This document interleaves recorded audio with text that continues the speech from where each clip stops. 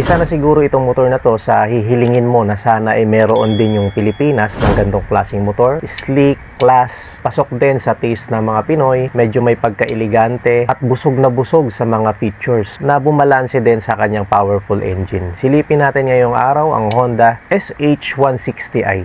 Tara!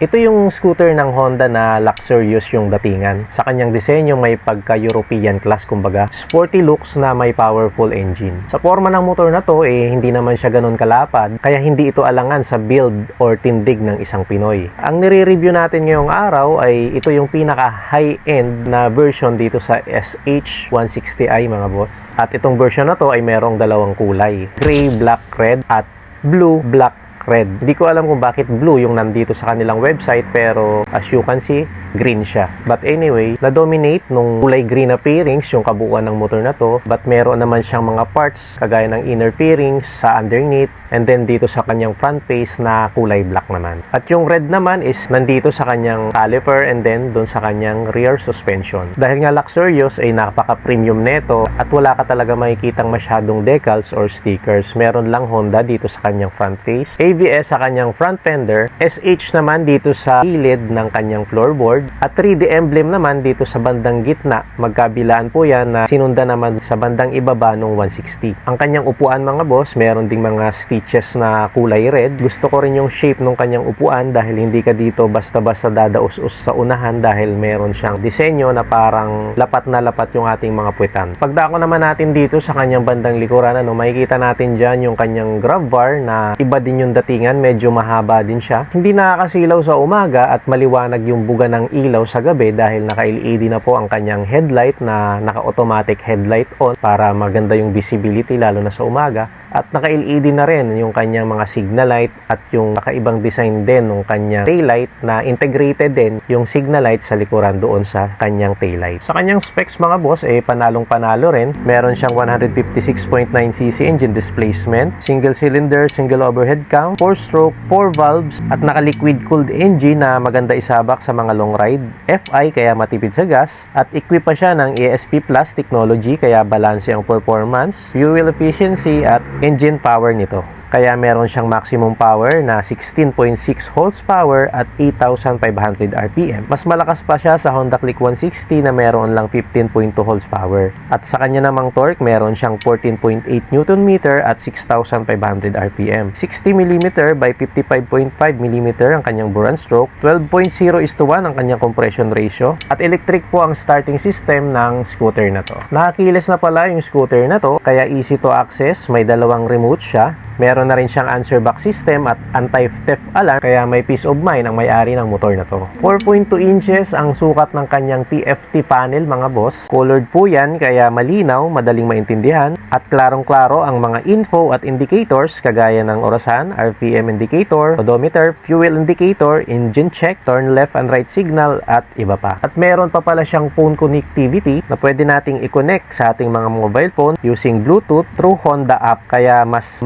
monitor natin ng kumpleto ang status ng motor, maintenance history, warranty, fuel consumption, parking history, at ma-alerto ang owner ng motor kapag naiwan natin na naka-on pa ang motor na to. Napaka-conveniente rin ng motor na to kasi nasa harap lang ang kanyang fuel tank, kaya easy to access din, hindi na kailangan nating bumaba pa in case na magpapakarga tayo ng gas. Plus, maganda ang center of gravity nito kasi yung additional na bigat ay napupunta dito sa kanyang lower part, which is yung gas nga na merong 7 liters na capacity, kaya mas stable ito sa daan. Meron pa siyang front pocket dito sa kanyang bandang kaliwa na kapag binuksan natin ay makikita natin yung USB Type-C na charging port, allowing you to charge your phone when needed. Meron pang hook siya dito sa pinakagitna na pwede nating paglagyan or pagsabitan ng ating mga pinamili kagaya ng eco bag or plastic bag. Napakalawak din yung kanyang underseat compartment na may 28 liters capacity. Kasya dyan yung half-face na helmet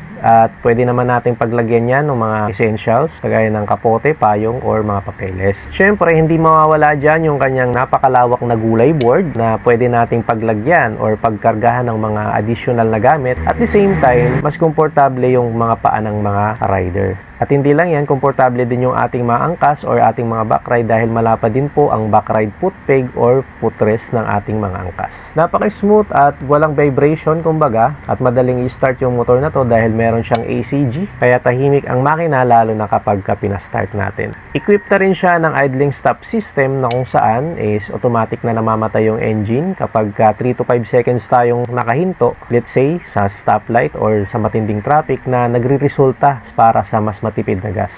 Pihitin lang natin yung silinyador at kusang under na ang motor natin. Sa kanyang mga brakes mga boss, naka-disc na sa harap pati sa likod, na-equip na rin siya ng dual channel ABS. Maganda yung stopping power, smooth at hindi maglalak basta-basta kapag kabiglaan natin napihit yung ating mga preno kapag kagaling tayo sa high speed. Iwas disgrasya kumbaga. Plus, meron pa siyang traction control system na added safety features pa rin ng motor na to. Let's say, padaan tayo sa mabuhangin, basa or maputik na kalsada, ay hindi madudulas yung likurang gulong natin na pwedeng magresulta sa pagka-aksidente. Sinisynchronize pa rin ng sistema na to yung ikot ng gulong sa hulihan doon sa ikot ng gulong sa unahan. So, sabay pa rin yung ikot nila para iwas semplang or pagkadulas ng ating mga motor. 180/16 ang sukat ng kanyang gulong sa unahan. Naka-tubeless po yan at naka-mags type. At sa likuran naman ay 120/80/16 kaya malapad na rin, stable sa daan at maganda din sa mga cornering. Sa suspension niya dito sa unahan ay naka-telescopic fork at ang kagandahan dito sa kanyang likuran ay naka-dual shock absorber na po na unlike sa iba niyang competitors or sa Honda Click mismo na naka-single shock absorber lang or naka-single-sided shock lang doon sa likuran. May sukat na 1,353 mm ang kanyang wheelbase at 146 naman ang kanyang ground clearance kaya ligtas ito sa matataas na humps at malulubak na kalsada na meron tayo dito sa Pilipinas.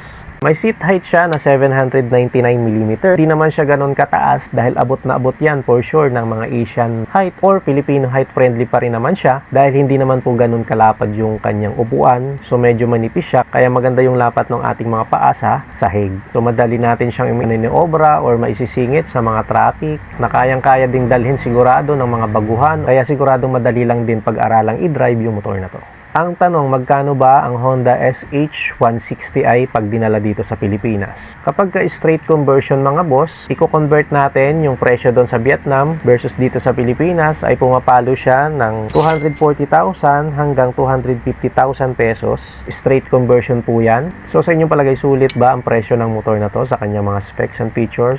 Comment nyo kasi baba. Sa dami kasi ng mga features mga boss, talagang siguro ganito yung presyohan ng motor na to. At siguro isa ding factor yan kung bakit hindi tayo binigyan ng ganito kamahal na motor. Dahil nga ang mga kilala nating mga scooter is nagre-range lang ng nasa 80,000 hanggang 150,000 sagad kapag ka nandito na sa Pilipinas. So sa inyong palagay mga boss, bibigyan ba tayo ng Honda ng ganito kagandang motor? Comment nyo nga sa ibaba. At kung bibigyan man tayo sa palagay nyo, hindi babawasan yung mga features na nabanggit natin para ipantay sa presyo ng ibang competitors niya? Comment nga sa ibaba. So that's it for today's vlog. Kung umabot ka sa huling bahagi ng ating video, ay huwag mo nang kalimutang mag-like, mag-subscribe na rin para mas ma-update pa kita sa mga susunod pa nating video. So that's it for today. Thanks for watching. Bye-bye.